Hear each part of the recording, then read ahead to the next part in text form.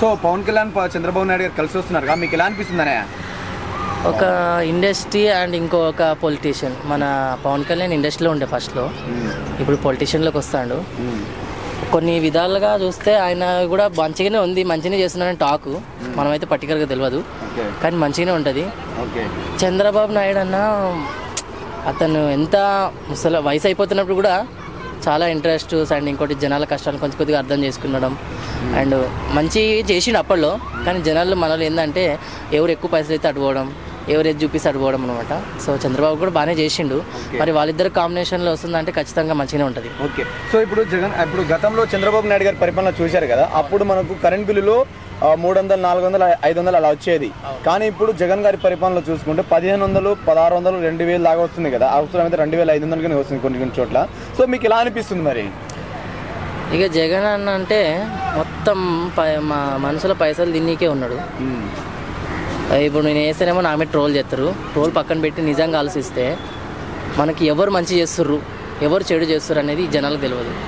Current బిల్లులో అప్పట్లో మంచిగా ఒక 200, 300 కష్టపడే వాళ్ళందరికీ అప్పుడు ఏదో సరిపోయేది. ఇప్పుడు పాపం 2-3 వేలు వేస్తే మాత్రం అది కరెక్ట్ కాదు. కానీ మన చంద్రబాబు నాయుడు మంచిగానే చేసిండు. ఇప్పుడు ఆయన వస్తే ఇంకా మంచిగా ఉంటుంది నాకు తెలిసి. వాలంటరీ వ్యవస్థను బానిసలుగా వాడుకున్నారు జగన్ గారు, వాడుకుని 5,000 రూపాయలు ఇచ్చారు జీతంగా. సో ఇప్పుడు చంద్రబాబు నాయుడు గారు వాళ్ళని 10,000 ఇచ్చి ఆదుకుంటామని చెప్తున్నారు కదా, సో దాని మీద మీ అభిప్రాయం ఏంటి?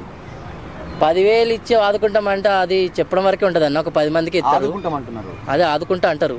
10 మందికి ఆదుకుంటారు, తర్వాత 100 మందిని వదిలేస్తారు. ఆ పేరు కోసం అట్లా చేస్తారు. నాకు తెలిసి ఏం చేయడు నాకు తెలిసి. ఓకే బ్రో, ఇప్పుడు చంద్రబాబు నాయుడు గారు వస్తే జగన్ గారు మళ్ళీ గెలిస్తే వాలంటరీ వ్యవస్థపై మొదటి సంతకం చేస్తా అంటున్నారు. చంద్రబాబు నాయుడు గారు గెలిస్తే మెగా డిఎస్సీ పైన మొదటి సంతకం పెడతా అంటున్నారు. మీకు మెగా డిఎస్సీ కావాలనుకుంటున్నారా, లేకుంటే వాలంటరీ వ్యవస్థ కావాలనుకుంటున్నారా? మీరు మెగా డిఎస్సీ కావాలన్నా, ఎందుకంటే వాలంటీర్ నాకు నమ్మకం లేదు ఆయన మీద. చంద్రబాబు అని ఎంతో కొంత చేయగలడు జనాల కోసం, నాకైతే జగన్ మీద అంత లేదన్న. సో జగన్ గారు సంపూర్ణ మద్యపాన నిషేధం చేస్తామన్నారు, సో జరిగింది అనుకుంటున్నారా ఆంధ్ర రాష్ట్రంలో? జరగలేదన్న, అంత ఫేక్ న్యూస్ నాకు తెలిసి.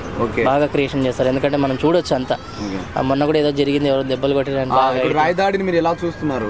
ఇంకా రాయదాడి గీడ అయితే అవుతుందన్న, అది కూడా చూసినాం మేము. మొత్తం జూమ్ చేసి మేము వీడియోలు చూసినాం, అన్ని చూసినాం, న్యూస్లో అన్ని చూసినాం. ఈడ దెబ్బ తాకినట్టు తాకింది ఈడైతే ఈడ.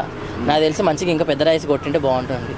ఓకే, ఎందుకు అంత కోపం జగన్ అంటే మీకు? కోపం ఏం లేదు, అసలు నేను ఆంధ్రనే, కానీ నాకు కోపం ఏం లేదు. ఈ అమ్మఒడి పెట్టిండు, సరితే ఏదో పెట్టిండు, పైసలు మళ్ళీ క్రమంగా తగ్గిస్తుండు. ఈ అంతా నాకు కరెక్ట్ అనిపించలేదు, నచ్చట్లేదు.